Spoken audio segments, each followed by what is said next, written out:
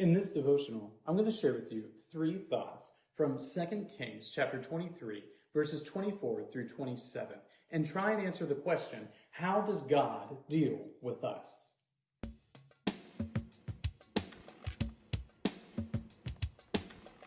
Second Kings chapter 23, verses 24 through 27 says, Moreover, Josiah put away the mediums and the necromancers and the household gods and the idols and all the abominations that were seen in the land of Judah and in Jerusalem, that he might establish the words of the law that were written in the book that Hilkiah the priest found in the house of the Lord.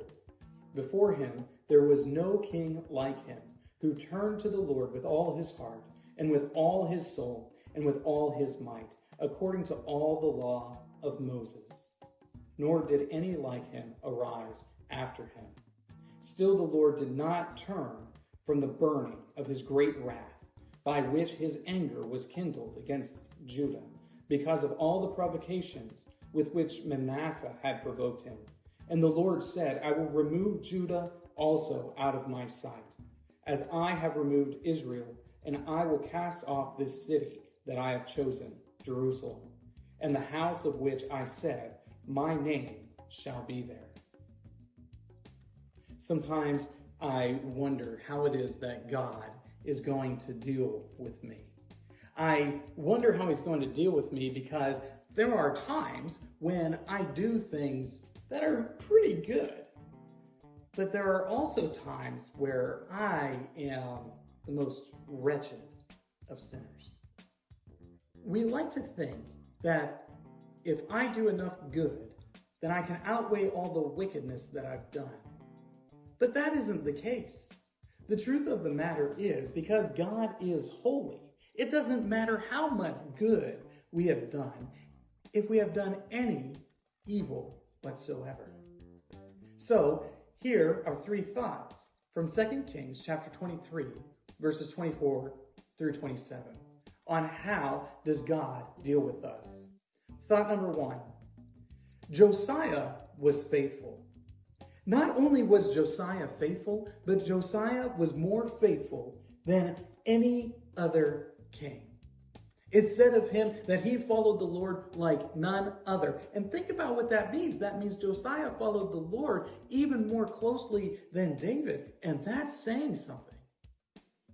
Josiah is this epitome of the good king. He finds the law of the Lord, and when he finds it, he starts to apply it and apply it consistently in every area of life for both him and the people. Josiah is faithful. Thought number 2, Manasseh was wicked. And when I say Manasseh was wicked, what I mean is Manasseh was the epitome of the most wicked of kings. So if Josiah is following the Lord better than anybody else, Manasseh is defying the Lord better than anybody else. Manasseh is Josiah's grandfather. And because Manasseh was so wicked, so devious, and led the people of Israel in so much false worship and detestable practice, that the Lord, even though he has a good king who is serving him now, is still angry with the people of Judah. Thought number 3, God punishes sin. God punishes sin. God is holy, and because he is holy, he will have no part of sin. Because of that, God is going to punish Judah. He is casting them out of the land. The Babylonians will come and they will ransack the country. They will destroy Jerusalem. They will destroy the temple.